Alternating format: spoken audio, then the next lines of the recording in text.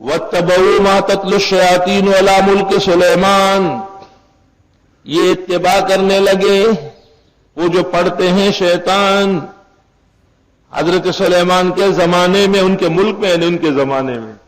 حضرت سلیمان علیہ السلام کو اللہ تعالیٰ نے بحر و بر کی حکومت عطا فرمائی تھی، جن اور ان، چرن پرند درن فضا ہوا سب اللہ نے ان کے لیے مسخر فرمائی تھی۔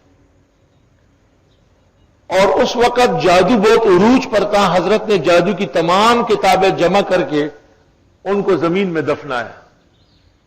یہی حکم ہے کہ ایسی چیزیں جن میں اچھی باتیں بھی ہوں اور غلطیاں زیادہ ہوں ان کو دفنائیں یا پانی میں بہائے یا حنابلہ کے ہاں جلائے۔ جب حضرت سلیمان علیہ السلام کا وصال ہوا تو جنات نے زمین کھود کر وہ کتابیں نکالی اور لوگوں کو کہا کہ سلیمان نبی تھوڑا تھے جادوگر تھے، یہ دیکھو کتابیں نکل آئی۔ اسی طرح اہل حق اور مصطفین اخیار کے خلاف لوگ شبہات پیدا کرتے ہیں، اوہام، پراپیگنڈے، دینی آواز کو پست کرنے کے لیے۔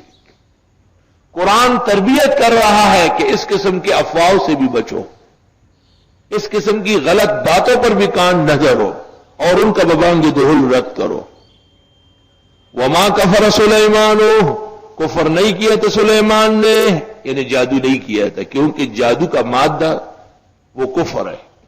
ولکن الشیاطین کفروا، لیکن شیطانوں نے کفر کیا تھا، وہ تو جادوگر تھے ہی۔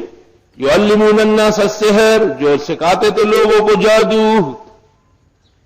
دل علی ان السحر مادته کفر، آیت سے پتہ چلا کہ سحر کی بنیادی مادہ وہ کفر ہے، او کل کفر۔ مشکلات القرآن صفحہ 25۔ فقہا کا اس میں اختلاف ہے کہ ساحر کا کیا حکم ہے۔ امام احمد فرماتے ہیں کہ اگر اس کا کفر واضح ہے تو قتل کر دیا جائے، اور اگر ظنی ہے تو قید کر لیا جائے۔ دوسرا قول یہ ہے کہ اس کے سحر سے اگر کوئی قتل ہو چکا ہے تو قتل کیا جائے، ورنہ دوسری کوئی تعزیری سزا دی جائے۔ امام شافعی کہتے ہیں کہ سزا کوئی بھی دے سکتے ہو، قتل نہیں کر سکتے۔ حضرت امام اعظم رحمت اللہ علیہ نے فرمایا ہے، جو کچھ اقوال اس سلسلے میں ہے اس کا خلاصہ یہ ہے کہ اگر سحر ان الفاظ و کلمات سے ہیں جو موجب شرک ہے تب تو وہ مشرک ہے اور مشرک کی سزا دے دی جائے، اور اگر ایسے کلمات سے نہیں ہے بلکہ ہاتھ کی صفائی ہے، ریاضت اور محنت ہے، تو پھر دیکھنا ہے کہ سحر مسلمانوں کے فائدے میں ہے یا نقصان میں ہے۔ اگر مسلمانوں کی طرف سے دفاع بھی کر رہا ہے تو یثاب علیہ ویوجر، اور اگر مسلمان ہی اس سے پریشان ہے تو پھر سزا دے دی جائے۔ قال ابو حنیفہ حکم ساحر اہل الکتاب حکم ساحر المسلمین فی ایجاب القتل، فاما المرأة الساحرة فتحبس ولا تقتل۔ تفسیر زاد المسیر صفحہ 126۔ وما انزل علی الملکین، اور وہ جو اتارا گیا تھا دو فرشتوں کو ببابل، بابل شہر میں، ہاروت و ماروت، ہاروت اور ماروت۔ یہ بہت طویل قصہ ہے، اس میں مفسرین نے بہت کچھ کیا ہے، لیکن حقیقت یہ ہے کہ حاصل یہی ہے جو قرآن میں ہے۔ یہ دو فرشتے تھے، اللہ نے بابل شہر میں بھیجے تھے جو مرکز تھا سحر و جادو کا، نام ان کے ہاروت ماروت تھے، اور انہوں نے لوگوں کو آ کے کہا کہ دیکھو سحر مت سیکھو، اس سے اللہ خفا ہوتے ہیں، بہت بڑا گناہ ہے۔ لیکن جب لوگ نہیں مانتے تھے، وہ سیدھے نہیں ہو رہے تھے، تو پھر وہ ان کو سکھاتے تھے۔ یہ ایک آزمائش تھی۔ اب یہ کہ ہاروت ماروت دو نوجوان تھے، اور وہ ایک جو ہے نا زہرہ پر عاشق ہو گئے، اور مشتری اور یہ اور وہ، خامخواہ انہوں نے زنا کیا اس کے ساتھ، اور پھر وہ ایک کنویں میں لٹکے ہوئے، خرافات و باطیل و اکاذیب۔ وما يعلمان من احد، وہ نہیں سکھاتے تھے کسی کو جادو، حتی یقولا، یہاں تک کہ کہہ دیتے انما نحن فتنۃ، ہم تو ایک آزمائش کے طور پہ آئے ہیں، فلا تکفر، تم کفر نہیں کرو، یعنی سحر مت کرو۔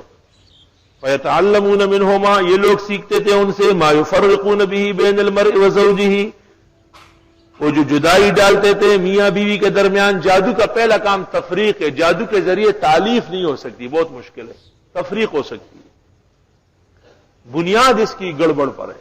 وَمَا هُمْ بِالضَّارِّينَ بِهِ مِنْ أَحَدٍ إِلَّا بِإِذْنِ اللَّهِ، اور یہ نہیں ہے تکلیف دینے والے کسی کو مگر اللہ کے حکم سے، کوئی کسی کا کچھ نہیں بگاڑ سک جب تک اللہ کا حکم نہ ہو، لیکن احکام کلمات کے ذریعے حاصل کیے جاتے ہیں۔ حدیث میں ہے کہ شیطان روزانہ عصر کے بعد سمندر پر تخت بچھاتا ہے اور ساری دنیا کے شیاطین پیش ہوتے ہیں، کارگزاری سناتے ہیں۔ اس میں ایک شیطان آتا ہے اور وہ کہتے کہ میں نے میاں بیوی کو لڑایا، کہا حتی فرقت بینہما، یہاں تک کہ طلاق ہو گئی ہے، جدا ہو گئے، تو وہ اپنے سر سے وہ ہری پگڑی اتار کر کے اس کے سر پہ رکھ لیتے کہ تو مجھ سے بڑا بے ایمان ہے۔ وَيَتَعَلَّمُونَ مَا يَضُرُّهُمْ وَلَا يَنفَعُهُمْ، اور یہ سیکھتے تھے ان سے وہ جو نقصان دے فائدہ کچھ بھی نہ دے۔ وَلَقَدْ عَلِمُوا، ان کو پتہ تھا، لَمَنِ اشْتَرَاهُ، جو اس جادو کو سیکھے گا، مَا لَهُ فِي الْآخِرَةِ مِنْ خَلَاقٍ، اس کا آخرت میں حصہ نہیں ہوگا۔ وَلَبِئْسَ مَا شَرَوْا بِهِ أَنفُسَهُمْ، کیا برا ہے اس کے بدلے میں بیچتے تھے اپنے آپ کو، لَوْ كَانُوا يَعْلَمُونَ، کاش کے جان لیتے، وَلَوْ أَنَّهُمْ آمَنُوا وَاتَّقَوْا، اور اگر بے شک ایمان لے آتے، تقوی کر لیتے۔ سحر کی ضرورت کیا ہے؟ تقوی پیدا کرو، سب کچھ ہوگا۔ لَمَثُوبَةٌ مِّنْ عِندِ اللَّهِ خَيْرٌ، تو بدلہ اللہ کے ہاں بہت بہتر ہے۔ لَوْ كَانُوا يَعْلَمُونَ، کاش کہ یہ جان لیتے۔ وَمَا يُعَلِّمَانِ مِنْ أَحَدٍ، نہیں سکھاتے تھے کسی کو، حَتَّى يَقُولَا، یہاں تک کہ کہہ دیتے، إِنَّمَا نَحْنُ فِتْنَةٌ، بے شک ہم تو امتحان کے طور پر آئے، فَلَا تَكْفُرْ، بس تم کفر مت کرو۔ اس سے پتہ چلتا کہ بعض علوم سیکھنا کفر ہے، جیسے سحر اور جادو کا سیکھنا کفر ہے، جیسے ہر مذہب کا مطالعہ انجام کار کفر ہے، جیسے ہر مذہب کے لوگوں سے مل بیٹھنا غیر سنجیدہ اور غیر مشاق آدمی کے لیے سلب ایمان کا باعث ہے۔ حدیث شریف میں اس کی مثال آئی، آپ نے ارشاد فرمایا اگر کوئی شخص آگ کی بھٹی کے قریب بیٹھے، کچھ نہ ہو تو تپش تو پائے گا ورنہ کپڑے جل جائیں گے، اور اگر خوشبو کے عطار کے قریب بیٹھ جائے تو خوشبو نہ بھی لگائے تب بھی جسم و کپڑے مہکیں گے۔